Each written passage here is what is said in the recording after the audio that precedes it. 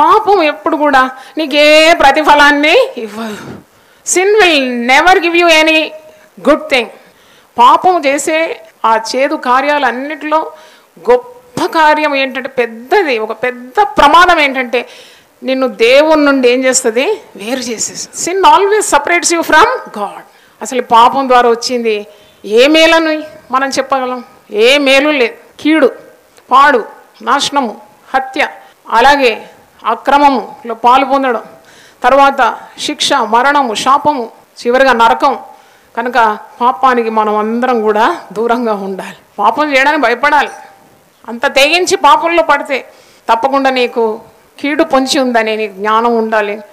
ఈరోజు మనము వాక్యం నుండి అబ్షాలోము గురించి ధ్యానించబోతున్నాం. అబ్షాలోము ఆ పదానికి అర్థం, ఆ పేరుకు అర్థం ఏంటంటే ఫాదర్ ఆఫ్ పీస్, సమాధానానికి తండ్రి. పేరు బాగుంది కానీ తన జీవితంలో సమాధానం లేకుండేది కదా. పేరుకు తగినట్టు ఉండాలి జీవితం. పేరు బాగానే ఉంది, ఫాదర్ ఆఫ్ పీస్, కానీ ఈ never had peace in his life. చాలా చూడడానికి చాలా అందగాడని వాక్యంలో ఉంది. చాలా ఒత్తుగా ఉన్న జుట్టు, తర్వాత చక్కని రూపవంతుడు, అందగాడు. ఒక మచ్చ కూడా తన శరీరంలో లేకుండాదని వాక్యంలో చూస్తున్నాం. ఒకసారి చూడండి, మీకు అబ్షలోము గురించి నేర్చుకోవాలంటే 2వ సమూయేలు గ్రంథం 13 నుండి 19 అధ్యాయాలు అబ్షలోము గురించి రాయబడి ఉంది. దావీదుకు మయాక అంటే ఈమె అన్యురాలు, భార్యల్లో ఒకటి. ఆమెకు జన్మించినాడు ఈ అబ్షలోము. అంటే దావీదు కుమారుడే, అన్యురాలైన భార్య ద్వారా జన్మించినాడు. మయాక తల్లి పేరు. ఇతని గురించి 2వ సమూయేలు గ్రంథం 13 నుండి 19 అధ్యాయాలు మీరు చదివితే అబ్షాలోము గురించి మీకు అర్థమవుతుంది. మీరు 2వ సమూయేలు 14వ అధ్యాయము 25, 26, 27 చూడండి. అబ్షాలోము ఎంత సౌందర్యవంతుడు. Was very handsome. 2 Samuel 14 chapter 25 to 27. ఇశ్రాయేల్ అందరిలో అబ్షాలోము అంత సౌందర్యం గలవాడు ఒకడునో లేడు. అంటే he was the most handsome among all the Israelites. అరికాలు మొదలుకొని తల వరకు ఏ లోపమును అతని యందు లేకపోయి. ఏ లోపం లేని వ్యక్తులను చూడడం చాలా కష్టమే కదా. ఏ లోపం లేకుండా ఎలా ఉంటారు? కళ్ళు బాగుంటే ముక్కు బాగుండదు, ముక్కు బాగుంటే ఇంకేదో బాగుండదు. కానీ ఈ వ్యక్తిని అబ్షాలోము బహు సౌందర్యం గలవాడు, ఇశ్రాయేల్లోకెల్లా సౌందర్యం గలవాడు. అరికాలు మొదలుకొని తల వరకు ఏ లోపము అతనికి లేకపోయాను. తన తల వెంట్రుకలు భారముగా ఉన్నందున ఏటేటా అతడు వాటిని కత్తిరించచ్చు వచ్చాను. అంత ఎంట్రుకలు, అది ఒత్తుగా ఉందన్నమాట. జుట్టు పెరగడానికి ఎన్ని ప్రయత్నాలు చేస్తారు కదా, కానీ ఇతనికి సహజంగానే జుట్టు పెరిగిపోతూనే ఉంటుందన్నమాట. చాలా పొడుగైన జుట్టు, ఒత్తుగా. అంటే it was just like a crown for him. అబ్షాలోముకు ఈ జుట్టే ఒక కిరీటం లాగా ఉండేదని కొందరు చరిత్రకారులు అంటే it was just like a crown for this person. అంటే అది కత్తిరిస్తున్న కొలది ఆ జుట్టు ఏమవుతుంది, పెరుగుతుంది. సంసోను కూడా శక్తి అంతా ఎక్కడ ఉండింది, తల వెంట్రుకల్లోనే ఉంది. ఈ అబ్షాలోము మరి ఏటేటా ఈ వెంట్రుకలు కత్తిరించి వచ్చాను. కత్తిరించినప్పుడల్లా వాటి ఎత్తు రాజు తూనికను బట్టి 200 తులములాయను. మరి ప్రతిసారి కత్తిరిస్తుంటే ఇంత బరువుగా వెంట్రుకలు కత్తిరిస్తున్నా తిరిగి జుట్టు ఒత్తుగా ఆయనకు మరి మొలుస్తూ ఉంది. అంటే అంత సౌందర్యవంతుడు అన్నమాట. అబ్షాలోమునకు 3 కుమారులు, తామారు అని ఒక కుమార్తె పుట్టిన. ఆమె బహు సౌందర్యవతి, పిల్లలు కూడా అందగాడు. ఇంత అందమైన వాడు, బాహ్యంగా చాలా అందంగా ఉన్నాడు, కానీ హృదయంలో నీతి లేనివాడు, యథార్థత లేనివాడు. He did not have integrity in his heart. న్యాయము లేనివాడు. పైకి బాగుంటే సరిపోతుందా కదా. చాలామంది చూసినప్పుడు చాలా అందంగా ఉంటారు పైకి. పెళ్లి సంబంధాలు చూసినప్పుడు మనం జాగ్రత్తగా ఉండాలి. పై చూపులు చాలా బాగుంది, ఎత్తుంది, బాగుంది, చాలా పర్సనాలిటీ, హ్యాండ్సమ్. వాడు హృదయంలో మూర్ఖుడు, దుర్మార్గుడు, బాధ పెట్టేవాడు ఉంటాడు. కానీ పై చూపులు చాలా మోసకరం. బైబిల్లో ఏముంది? అందము మోసకరం, సౌందర్యము వ్యర్థం. కానీ దేవుని యందు భయభక్తులు గల వారిని మనం, వారి మీద మన దృష్టి ఉండాలి. అబ్షాలోము చాలా సౌందర్యవంతుడు. He was very handsome, but he was not right at his heart. He lacked integrity. తండ్రి దావీదు మహారాజు కుమారుడు. తప్పకుండా భవిష్యత్తులో ఏమవుతాడు? రాజు అవుతాడు. కానీ రాజరికం కొరకు ఎంత ప్రాకులాడినాడంటే తండ్రినే చంపడానికి వెనకాడలేదు. అంటే తండ్రిని చంపడానికి ప్రయత్నాలు చేస్తున్నాడు, ఓడించడానికి ప్రయత్నిస్తున్నాడు, ఇశ్రాయేలులందరినీ వశం చేసుకున్నాడు, తండ్రికి ఎదురుగా తిరుగుబాటు చేస్తున్నాడు.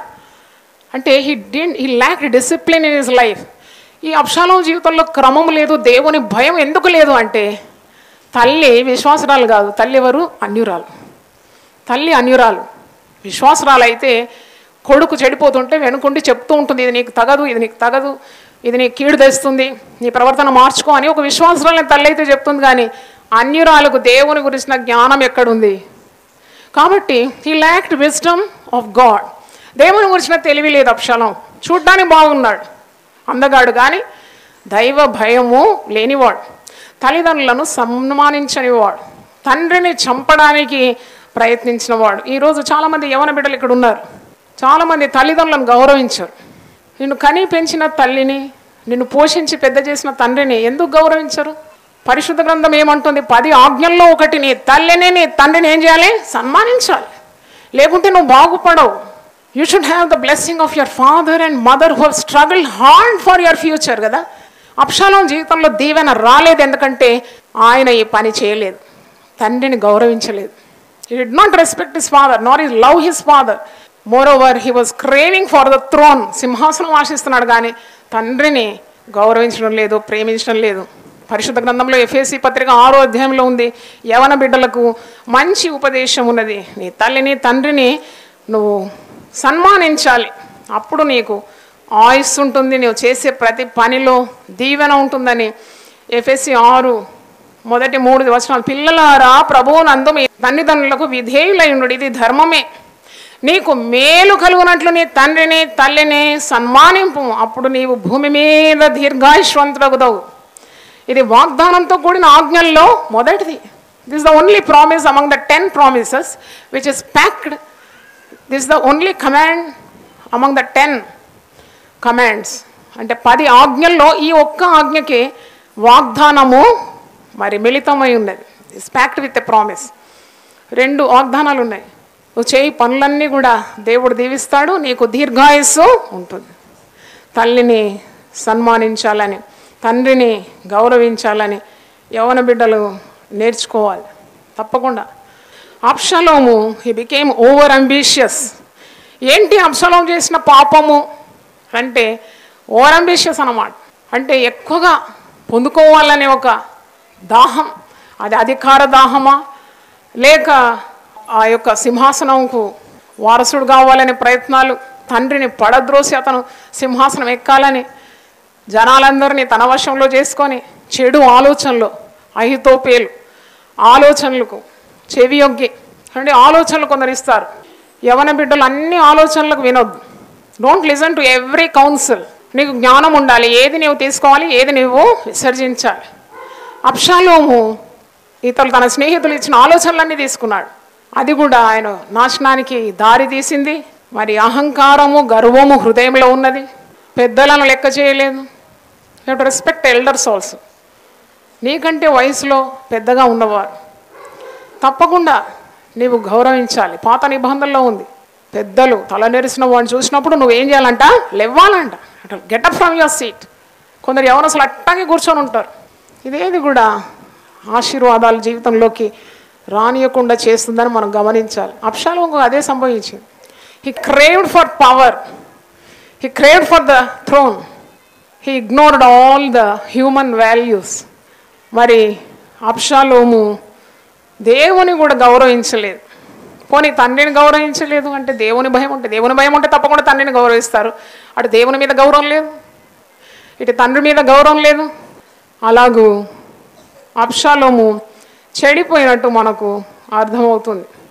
దావీదు ఏడుస్తూ ఉన్నాడు. మీరు అతను ఎడా చనిపోయినాడు ఈ అబ్షాలోము అని అంటే వాక్యంలో మీరు 2వ సమూయేలు గ్రంథం చావు ఎలా వచ్చింది చూడండి. 2వ సమూయేలు 18వ అధ్యాయం 9వ వచనం. 2 Samuel 18 9th verse. అబ్షాలోము కంచెరగాడిద మీద ఎక్కిపోవచ్చు దావీదు సేవకులకు ఎదురాయను. ఆ కంచెరగాడిద యొక్క గొప్ప మస్తకి వృక్షం యొక్క చిక్కు కొమ్మల క్రిందికి పోయినప్పుడు అతని తల చెట్టుకు తగులుకొనినందున అతను ఎత్తబడి ఆకాశంలో భూమికి మధ్యను వేలాడుచుండగా అతని క్రిందనున్న కంచెరగాడిద సాగిపోయాడు. ఇదేం చావు? ఆయన దేని యందు చాలా అతిశయించినాడు, తన అందం అందు అతిశయించినాడు, తన వెంట్రుకలందు అతిశయించినాడు, తన చావుకు కూడా అదే కారణమైందని నాకు అనిపించింది. అంటే ఒక చెడు కార్యానికి కొరకు వెళ్తున్నాడు, తండ్రిని గౌరవించడం ప్రేమించడం బదులుగా చంపడానికి ప్రయత్నాలు చేస్తున్నాడు. కానీ దేవుని యొద్ద నుండి శిక్ష అతని మీదకి దిగింది. అతను కంచరగాడిద మీద ఎక్కి పోతున్నాడు, దావీదు సేవకులను ఎదుర్కొంటున్నాడు.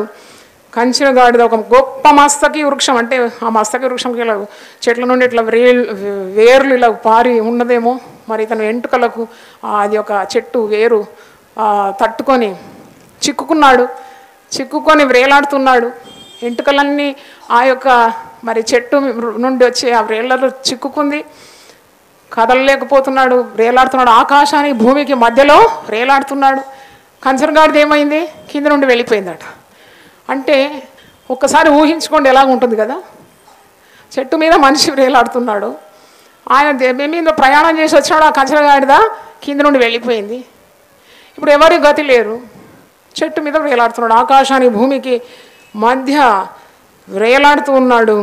గొప్ప వృక్షం యొక్క చిక్కు కొమ్మల క్రిందికి పోయినప్పుడు అతని తల చెట్టుకు తగులుకొనినందున అతడు ఎత్తబడి ఆకాశమునకును భూమికి మధ్యను వ్రేలాడుచుండగా అతని క్రిందనున్న కంచరగాడిద సాగిపోయాను.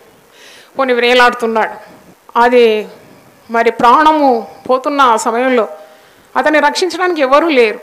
There is no one to protect him. చూడండి, ఒక కీడు తలంచి ఇశ్రాయేలులందరినీ పోగు చేసుకొని వారికి రాజుగా ఉండాలనే ప్రయత్నాలు దేవుడు ఎలాగ విఫలం చేసినాడు అంటే, మనం అనుకున్నవన్నీ అది జరుగుతుందా? దేవుని చిత్త ప్రకారము నీ ఆలోచనలు కావుంటే తప్పకుండా ఆ ఆలోచనలన్నీ కూడా దేవుడు ఏం చేస్తాడు? చెడగొట్టేస్తాడు. అందుకే నువ్వు చేసే ప్రతి పని, నువ్వు ఆలోచించే ప్రతి ఆ కార్యము అది దేవుని యొక్క చిత్త ప్రకారము ఉండాలి. చూడండి, is now hanging between heaven and earth అట. అప్పుడు ఏమైంది? 14వ వచనం మీరు చూడండి. యోవాబు వాజ్ ద మిలిటరీ లీడర్. యోవాబు అబ్షలోము తండ్రిని నుండి పారిపోతాడు. 3 సంవత్సరాలు తల్లి ఇంటికి పారిపోతాడు. మరి దావీదు అంటాడు, నా కుమారుని నేను చూడాలన్నప్పుడు ఈ యోవాబే ఈ అబ్షలోమును తీసుకొని తండ్రి దగ్గరికి తీసుకొని వస్తాడు. అటువంటి యోవాబే ఎంత మారిపోయినాడు. 14వ వచనం చూసినప్పుడు, యోవాబు నీవు చేయి వరకు నేను కాచుకొని ఉందినా అని చెప్పి 3 బాణములు చేత పట్టుకొని పోయి మస్తకి వృక్షం వేలాడుచు ఇంకనూ ప్రాణంతో ఉన్న అబ్షాలోము యొక్క గుండెకు గురిపెట్టి ఆయుధములను మోయివారు 10 మంది చుట్టుకొని ఉండగా అబ్షాలోమును కొట్టి చచ్చిపోయినాడు. ఎవరిని ఎక్కువగా నమ్ముకున్నాడో వాళ్ళే చంపేసినారు. చూడండి ఎలాగూ తన జీవితం అంతమైంది. ఒక మహారాజు కడుపులో పుట్టి అతని అంతం కూడా ఎంత గంభీరంగా ఉండాలి. ఒక యువరాజు మరణిస్తే ఎన్నెన్ని మరి గౌరవాలు పొందుకోవాలి మరణ సమయంలో కూడా, జీవించే సమయంలో కూడా. కానీ అతని ఏ విధంగా పాతిపెట్టినారో చూడండి. 17వ వచనం, జనులు అబ్షాలోము యొక్క కళేబరమును ఎత్తి అడవిలో ఉన్న పెద్ద గోతిలో పడవేసి పెద్ద రాళ్ల కుప్ప దాని మీద పేర్చిన తర్వాత ఇశ్రాయేలులందరూ తమ తమ ఇండ్లకు పోయిరి. గుంత దొవ్వి ఆ శవ కళేబరాన్ని దాంట్లో వేసి రాళ్ళన్నీ కుప్పగా పోసి, అంటే ఒక గతిలేని చావుగా అతని అంతము ఉండిందని మనకు అర్థమవుతుంది. ఈరోజు మరి మనము అబ్షాలోము జీవితంలో పాపం యొక్క ఫలాన్ని మనం చూస్తూ ఉన్నాం. దావీదు ఏడుస్తూ ఉన్నాడు. దావీదు, అబ్షాలోమా నా కుమారుడా అబ్షాలోమా. ఎందుకంటే అబ్షాలోము దావీదును చంపడానికి వస్తున్నా కానీ కన్న తండ్రి కదా, అబ్షాలోమును మీరు ముట్టకూడదు, ఎవరు అబ్షాలోమును చంపొద్దని అంటున్నాడు. 33వ వచనం చూడండి, 2వ సమూయేలు 18:33. అప్పుడు రాజు బహు కలతపడి గుమ్మమునకు పైగా ఉన్న గది ఎక్కిపోయి ఏడ్చుచు, అంటే మరణ వార్త, అబ్షాలోము యొక్క మరణ వార్త విన్నప్పుడు దావీదు ఎంతగా బాధపడుతున్నాడు. రాజు బహు కలతపడి గుమ్మమునకు పైగా ఉన్న గదికి ఎక్కిపోయి ఏడ్చుచు సంచరించు, నా కుమారుడా అబ్షాలోమా, నా కుమారుడా అబ్షాలోమా అని కేకలు వేయచ్చు. అయ్యో నా కుమారుడా, నీకు బదులుగా నేను చనిపోయినలే ఎంత బాగుండును. నా కుమారుడా అబ్షాలోమా, నా కుమారుడా అబ్షాలోమా అని ఏడుస్తూ ఉన్నాడు. రండి, దావీదు అబ్షాలోము గురించి మనం ధ్యానించినాం, కానీ ఇన్నెన్ని దుఃఖాలు దావీదు తన జీవితంలో ఎదుర్కొన్నాడు అని మనకు అర్థమవుతుంది. తండ్రి చేసిన పాపం పిల్లలు అనుభవిస్తున్నారు. అమ్నోను పాపం చేసి మరణమైనాడు. తామారు ఒక కుమార్తె మానభంగాన్ని, సొంత సహోదరుడే మానభంగం చేసినాడు. తర్వాత చూసినప్పుడు అబ్షాలోము చనిపోవడం చూస్తూ ఉన్నాం. మరి అబ్షాలోము చేసిన ఒక పాపము వాక్యములో మీకు జ్ఞాపకం చేస్తున్నాను. 2 సమూయేలు 16:22 చూడండి. దావీదు యొక్క ఉపపత్నులతో ఆయన కూడుతున్నాడు. అంటే he's having attachment with his own father's wives అన్నమాట. అంటే అంత పాపానికి దిగజారినాడు అబ్షాలోము. 2 సమూయేలు 16:22. కాబట్టి మేడ మీద వారు అబ్షాలోమును గుడారం వేయగా ఇశ్రాయేలుకు అందరికి తెలియనట్టుగా అతడు తన తండ్రి ఉపపత్నులను కూడే. అంటే ఇవన్నీ దావీదు విన్నప్పుడు ఎంత బాధపడినాడో. కానీ ఇవన్నీ ముందే నాతాను ప్రవక్త ప్రవచించినట్లు. ఎందుకంటే ఊరియా చంపి దావీదు వ్యభిచారం చేసినాడు, హత్య కూడా చేసినాడు. మనం ధ్యానించినాం కదా, సిన్ నెవర్ కమ్స్ సింగిల్. పాపం ఎప్పుడు కూడా ఒంటరిగా రాదట. ఒక పాపం వెంబడి మరి ఒక పాపం. చూడండి, ఒక స్త్రీని మోహించినాడు, వ్యభిచరించినాడు. ఆ వ్యభిచారాన్ని కప్పుకోవడానికి ఆ స్త్రీ యొక్క భర్తను ఏం చేస్తున్నాడు? చంపేస్తున్నాడు. మీరు ఎక్కడైనా చూడండి, sin never comes alone, it comes 1 by 1, it follows, one follows the other. కాబట్టి ఇక్కడ 2 సమూయేలు 12వ అధ్యాయంలో నాతాను ప్రవక్త ప్రవచించిన ప్రవచనాలన్నీ కూడా తన కుమారుల జీవితంలో జరగడం మనం చూస్తున్నాం. 2 సమూయేలు 12:9. నీవు యెహోవా మాటను తృణీకరించి ఆయన దృష్టికి చెడుతనము చేస్తేవేమి? హిత్తీయుడకు ఊరియాను కత్తి చేత చంపించి అతని భార్యను నీకు భార్య అగునట్లుగా నీవు పట్టుకొని ఉన్నావు. అమ్మోనీయుల చేత నీవు అతని చంపేసివు కదా. నీవు నన్ను లక్ష్యము చేయక హిత్తీయుడకు ఊరియా భార్య నీకు భార్య అగునట్టు తీసుకున్నందున నేంటి వారికి సదాకాలము యుద్ధము కలుగు. అంటే దేవుని ఆజ్ఞలను అతిక్రమిస్తే నెమ్మది ఉండదు అని అర్థం. When you disobey the laws of God, you will never have peace in your family. కనుక చూడండి, సదాకాలము దావీదు గృహంలో ఏమున్నది? యుద్ధం. ఎప్పుడు యుద్ధాలే, హత్యలే, వ్యభిచారమే. పరిశుద్ధ గ్రంథంలో పాత నిబంధనలో ఉంది, తండ్రుల దోషము 4 తరాల వరకు పిల్లల మీద వస్తుందని. నేను ఈ వాక్యం ధ్యానిస్తుంటే, దేవా, ఎవరో పితరులు చేసిన పాపం అమాయకులైన పిల్లలు ఎందుకు అనుభవించాలని ప్రభువుని ఇలా ప్రార్థన చేస్తుంటే నాకు వెంటనే పరిశుద్ధాత్ముడు గుర్తు చేసినాడు. క్రొత్త నిబంధనలో అయితే యేసు ప్రభు సిలువలో వేలాడి మన కోసం ఆయన శాపముగా మారిపోయి మన పితరులు చేసిన దోషమంతా కూడా భరించి యేసు నామంలో మనం ప్రార్థన చేసి ఆ శాపములన్నిటి నుండి ఏమవుతున్నాము? విడుదల పొందుతున్నాము. చప్పట్లు కొట్టి దేవుని స్తుతి. హల్లెలూయా. దావీదు చేసిన పాపము తన పిల్లలు అనుభవిస్తున్నారు. సదాకాలము తన గృహంలో యుద్ధాలున్నాయి. తర్వాత మీరు చూడండి 10వ వచనం, 2 Samuel 12:10. నీవు నన్ను లక్ష్యము చేయక హిత్తీయుడకు ఊరియా భార్య నీకు భార్య అగునట్లు తీసుకున్నందున నీ ఇంటి వారికి సదాకాలం యుద్ధం కలుగు.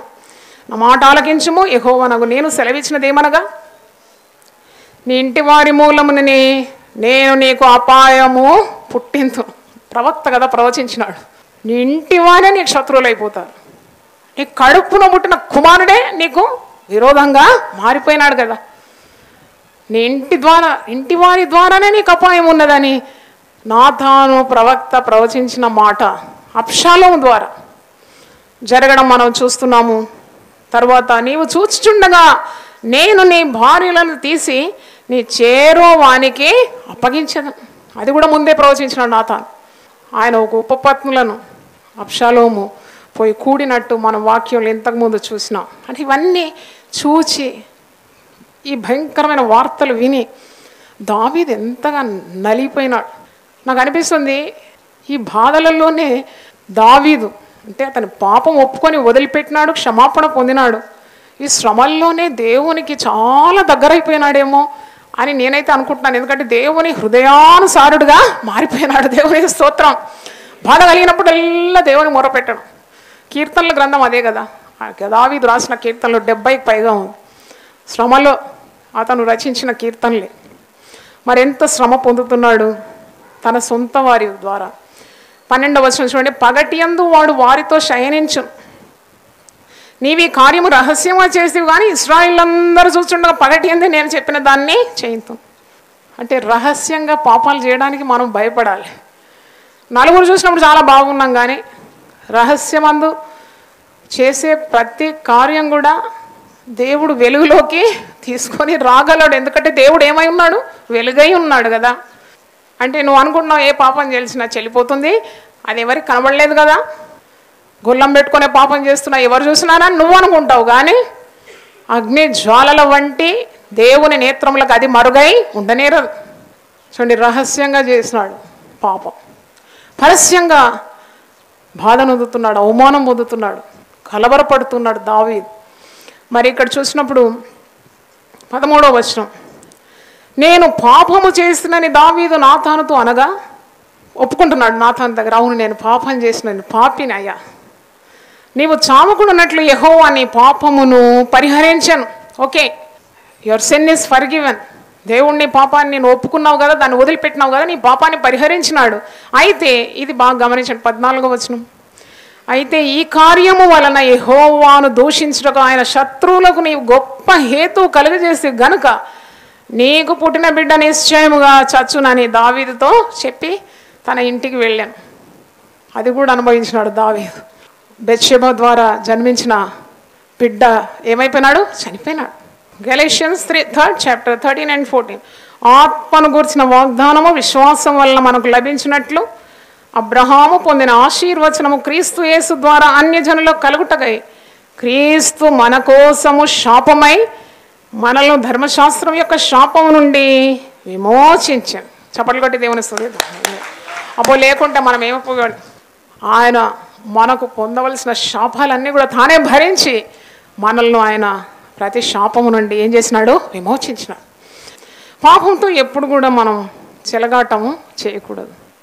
సో నిప్పుతో ఆడితే ఏమవుతుందండి? అది నిన్ను గాలి చేస్తుంది. అబ్షాలోము పతనమైపోయినాడు. చూడండి, ఎలాంటి చావు? అసాధారణమైన చావు. మస్తకి వృక్షానికి తన వెంట్రుకలు చిక్కుకొని ఆకాశాన్ని భూమి మధ్యలో ఏం చేస్తున్నాడట? వేలాడుతున్నాడట. కంచరగాడిద కింద నుండి వెళ్ళిపోయింది. యోవాబు వచ్చి వింటి బాణములతో చంపేస్తున్నాడు, చెట్టు మీద వేలాడుతూ చేస్తున్నాడు. ఈ పాపం నా హృదయంలో ఎలా పోతుందని నువ్వు అనుకుంటున్నావు? అని యేసు రక్తం ప్రతి దుర్నీతి నుండి నిన్ను నన్ను విడిపిస్తుంది. దేవుని స్తోత్రం. పాపం నాలో లేదు అంటే నువ్వు అబద్ధికుడు అయిపోతావు. వాక్యంలోనే ఉంది. తప్పకుండా ఏదో పాపం ఉన్నది, అది తొలగించుకోవాలి. ఎందుకంటే పాపం నీకు ఎప్పుడు కూడా దీవెననీయదు, దేవునికి దూరంగా చేస్తుంది, నరకంలోకి నిన్ను నెట్టేస్తుంది. నీ కుటుంబంలో శాపం వస్తుంది, కీడొస్తుంది, నానా రోగాలు వస్తున్నాయి.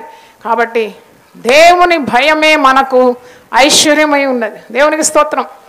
అసలు దేవుని గురించిన జ్ఞానం ఏంటంటే నువ్వు దేవునికి భయపడి పాపము చేయకూడదు. దేవునికి స్తోత్రం. దేవుడి వాక్యాన్ని దీవించును గాక. ఆమేన్. తలలు వంచండి, ప్రార్థన చేసుకుందాం. ప్రతి ఒక్కరు కూడా దేవుణ్ణి అడుగుదాం, దేవా పవిత్రమైన హృదయం మాకు దయచే. అబ్షాలోము గర్వించినాడు, అందగాడని అహంకరించినాడు. ఎంతగా అహంకరించినాడు? కన్న తండ్రి మీద తిరుగుబాటు చేస్తున్నాడు. కన్న తండ్రి యొక్క సింహాసనాన్ని కోరుతున్నాడు. అనుకోలేదు, తగ్గింపు లేదు. తగిన కాలమందు దేవుడే హెచ్చిస్తాడనే విశ్వాసం లేదు. తండ్రినే చంపడానికి తెగిస్తున్నాడు, కానీ చంపబోయి చనిపోయినాడు. ప్రభువా, తల్లిదండ్రులను కూడా గౌరవించాలి. అబ్షాలోము తండ్రిని గౌరవించలేదు. ఆయుస్సు నడి ఆయుస్సులోనే అంతమైపోయినాడు. నీ తల్లిని తండ్రిని నువ్వు సన్మానించాలి.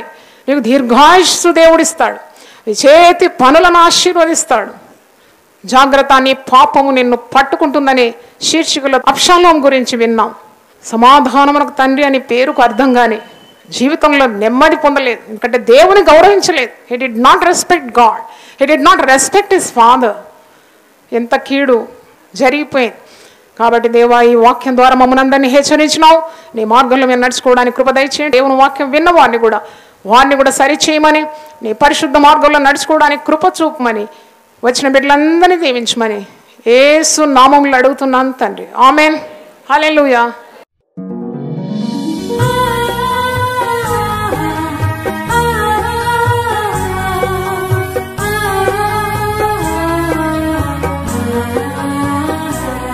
నీ ధనము